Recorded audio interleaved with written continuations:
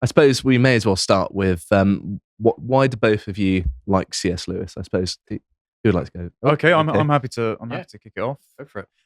I think that his Abolition of Man, which is one of the short texts that I picked to talk about, we've done a book club on it on the website, but it's worth just running it through for the uninitiated, is one of the best defenses of tradition, one of the best arguments for the existence of an objective morality that you can get to by moral intuition rather than like rationalizing yourself into the position, and an argument in favor of a kind of human nature that you shouldn't be gaslit into distancing yourself from to pursue your own pleasures. When I first read it, it was like hitting me like a lightning bolt because it put in very condensed terms all of the things that I thought I believed as like disparate threads into one little treatise, where I'd been churned for the university system, told all the sort of post-structuralist, subjectivist nonsense before that.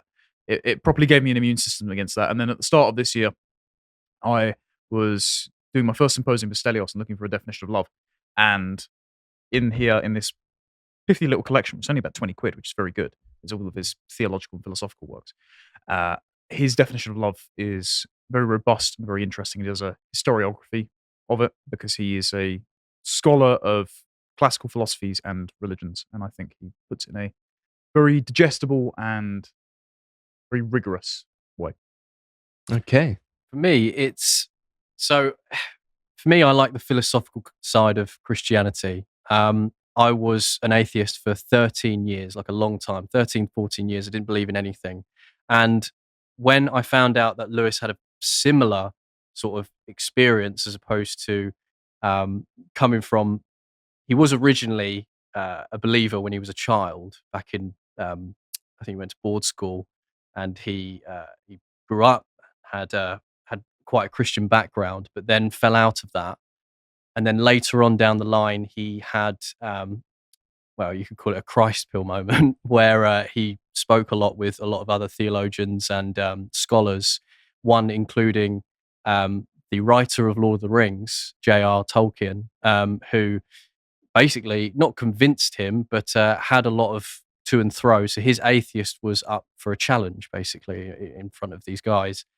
And I think for 13 years, I hadn't really given it too much thought on the idea of God and the idea of Jesus Christ and whether he was the Son of God and anything like that. I never really gave it much thought.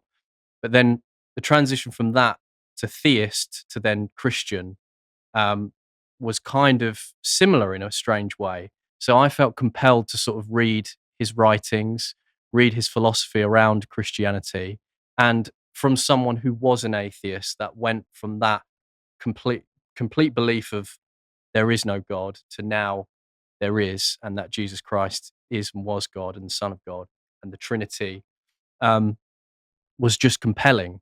So then I picked up Mere Christianity, which is obviously part of his signature classics, and the way he compresses everything down when he talks about morality, when he talks about the law of human nature and all of these innate things, the way he describes it is so digestible and makes me think of that in such a different way and stuff that I hadn't even considered. And obviously, we were speaking off camera earlier about he used to do broadcast talks with the BBC.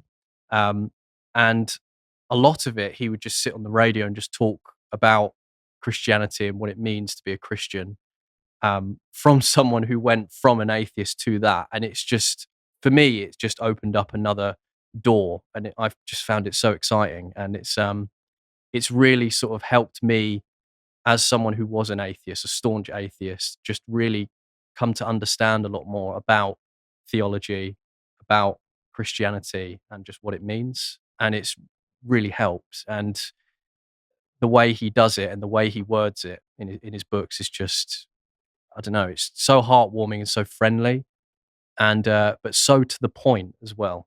So yeah, that's my reason for. Okay. Well, it is worth mentioning as well that I am the token atheist on this panel as well. So I'm pretty much made for this conversation to be proselytized to read C.S. Lewis, I suppose you could say. But thank you very much for sort of doing a Lewis on Lewis there. Yeah. Yeah. So I don't really know where the best point to start off with is. Well, so I thought a good structure between us would Yes. maybe, and this might be my capital R romantic predilections, to follow a kind of trinity of concepts, which is truth, then beauty, then divinity. Now, this calls back to the line that the little couplet that closes John Keats' Ode to a Grecian Urn, where truth is beauty, beauty is truth, and that is all you need to know on earth. So I feel like Abolition of Man, much like it was for me, might be your gateway drug to this, Okay. because it does talk about science, and it talks about what we mean by objective truth, and so it's quite interesting. Well, that has changed quite a lot in recent years. So even if he's attacking science in a way, I mean, I don't know what he's saying, but even if he was attacking it in a way at the time that I might not have approved of, it's such a different beast now that I can kind of look at it as just, okay, this is a sort of discourse in history rather than an attack on my 4 years of academic work and a lot of money and time wasted. Well, his criticism is more how science is done. It's no longer, science and morality are no longer instruments of an archaeological dig to uncovering objective truth. Instead, they're like human livestock management. That's how he sees it. He sees it as an instrument of the managerial class, and this has been instilled from us, believing that we should be in this subordinate position to our managers through education. So the start of it, of Abolition of Man, he talks about the Green Book, and he euphemizes the authors of the Green Book, which is a school textbook. I believe it's on romantic literature, as Gaius and Titius, but we don't know who they are. But the example he starts out with is how they talk about and how they instruct a school child to think of their own feelings in relation to natural phenomena. So he says, you're looking at a waterfall and you think this waterfall is beautiful and sublime. Well, this school textbook tells you that actually it's not that the waterfall has properties of sublime. It's not that it has been imbued with a sense of beauty by a creator. It's actually that you just feel sublime towards it. And so mankind is not a revealer or a recognizer of objective truths. They're actually just going around the world projecting meaning onto things. So this is the bit that he puts. When man said this is sublime, he appeared to be making a remark about the waterfall. Actually, he was making a remark about his own feelings. What he was saying was really, I have feelings associated in my mind with the word sublime, or shortly, I have sublime feelings. We appear to be saying something very important about something, and actually, we're only saying something about our own feelings. The schoolboy who reads this passage in the Green Book will believe two propositions. Firstly, that all sentences containing a predicate of value are statements about the emotional state of the speaker, and secondly, that all statements are therefore unimportant. What he will learn quickly enough, and perhaps indelibly, is the belief that all emotions aroused by local association are in themselves contrary to reason and contemptible.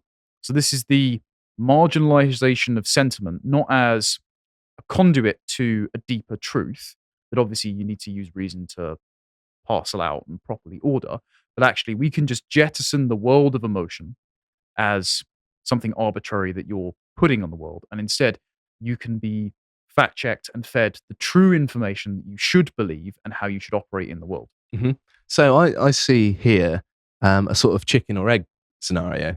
I'm not sure if you can just intuitively know what I mean by that, but so it seems like the point of contention is here between the scientists of the day and what Lewis is arguing here is that Lewis seems to think that there's something innate, something inherent, something objective about the properties of the thing that gives it that sublimation. And the scientist of the day would say, well, this is your perception of it. It's not necessarily an objective property. But I think the problem here is the question, right? It's that, well, obviously the properties of the thing is what makes it sublime, but also our perception of it is what creates the sensation. And so it's kind of both, but by explaining it, it shouldn't make it any less profound. In fact, I think that understanding why something is makes it better, not worse. But is it that we're creating that meaning, or is it that we are interpreting that meaning? So let's say you line 100 people up in front of the waterfall, and all 100 people feel a sense of awe and sublime to it. Could you say that the natural world is therefore imbued with a sense of commanding awe from things like the waterfall, or is it that just human beings happen to coincidentally have been taught or coincidentally agree that this thing is sublime, that they feel sublime and therefore they attribute it to the waterfall? Well, I think that the interesting experiment for me, this is my sort of research methodology coming into play, would be you get 100 people, maybe 100 chimpanzees as well. See if the chimpanzees, look at the waterfall more so than they might look at something else. I imagine they probably would. And so you could argue that, well, it's not necessarily innate to human beings because, human beings are conscious in a way that chimpanzees are not, and that there might actually be something to, sure, there's an element of you're perceiving this, right? It's the emotions are within you, but there's an objective thing in the world that's eliciting it. And my intuition would be that the kind of things that we find profound in a sort of physical material sense, like the Grand Canyon or a great big waterfall, or any number of things, a large redwood tree. These are things which don't seem to be complicated to the point where it's unique to the human experience. And but a chimpanzee can't. This is the rational faculties combining with the emotion. It can't articulate this experience. Sure, it can't philosophize about it. So there is something unique to the human experience that allows them to souls. Well, this is the route he would go down, but it's that it allows you to extrapolate the essence of a thing and articulate it and understand it. So we are observing something inherent in the world rather than ascribing what the world really means. That makes sense to me, yeah. So his concern was that when they say that it's all just projection, if this view were consistently applied, it would lead to absurdities like if you hold someone in contempt because they've done something actionable towards you, right? So they've stolen your lunch money or whatever. So they've stolen from you, and you say, I am angry at you. What that would mean is, it's not that the action itself is wrong, it's that you feel angry and have attributed your anger to that action. So if you're just projecting your sublime feelings on the waterfall, and actually the waterfall isn't soliciting a sublime feeling from you, then any action another human being does, it's not, your emotion is not in retaliation to their action, so therefore you can't express any moral outrage. It's all just arbitrary. And so if you're teaching someone that, if you're teaching school kids that, then in order to navigate that confusion, that allows the school kids to become empty vessels for whoever can come along next and tell them how they should feel in relation to a set of certain actions if nothing is concrete. Does that make sense? So he says, what I have called, presuming on their concurrence in a certain tradition and system of values, the trousered ape or the urban blockhead may be precisely the kind of man they really wish to produce with this kind of schooling. They may hold that the ordinary human feelings about the past or animals or large waterfalls are contrary to reason and contemptible and ought to be eradicated. They may be intending to make a clean sweep of traditional values and start with a new set. This is why I've said to you off air before, the Dino is the trousered ape.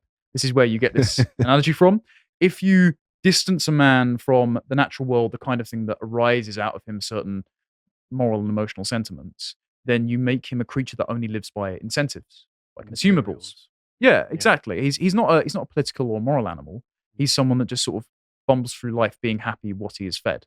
And you can call him a trousered ape because he's wearing his new River Island gear and he's in great shape, but actually the reason he looks like that, like a simulacrum of a man, isn't because his strength has any practical capacity. He's not going to be going out cutting wood in the backyard of his Barrett new build. It's just for purely aesthetic reasons. He's a form of a form of a form of a man at that point. And he also just says that this might not be intentional. So this is on behalf of the people that are saying it's all just a subjective projection. He calls them the debunkers. Like, he was the one that came up with that years ago. And he said, they see the world around them swayed by emotional propaganda. They have learned from a tradition that youth is sentimental, and they conclude that the best thing they can do is to fortify the minds of young people against emotion. My own experience as a teacher tells me an opposite tale. For every one pupil who needs to be guarded from a weak excess of sensibility, there are 3 who need to be awakened from the slumber of cold vulgarity. The task of the modern educator is not to cut down jungles, but to irrigate deserts. The right defense against false sentiments is to inculcate just sentiments. By starving the sensibility of our pupils, we make them only easier prey to the propagandist when he comes. For famished nature will be avenged, and a hard heart is no infallible protection against a soft head. So, yes, there might well be these inherent sentiments and moral truths baked into the real world, but you need the kind of taste palette in order to feel them out, tap them out. To watch the full video, please become a premium member at lotuseaters.com.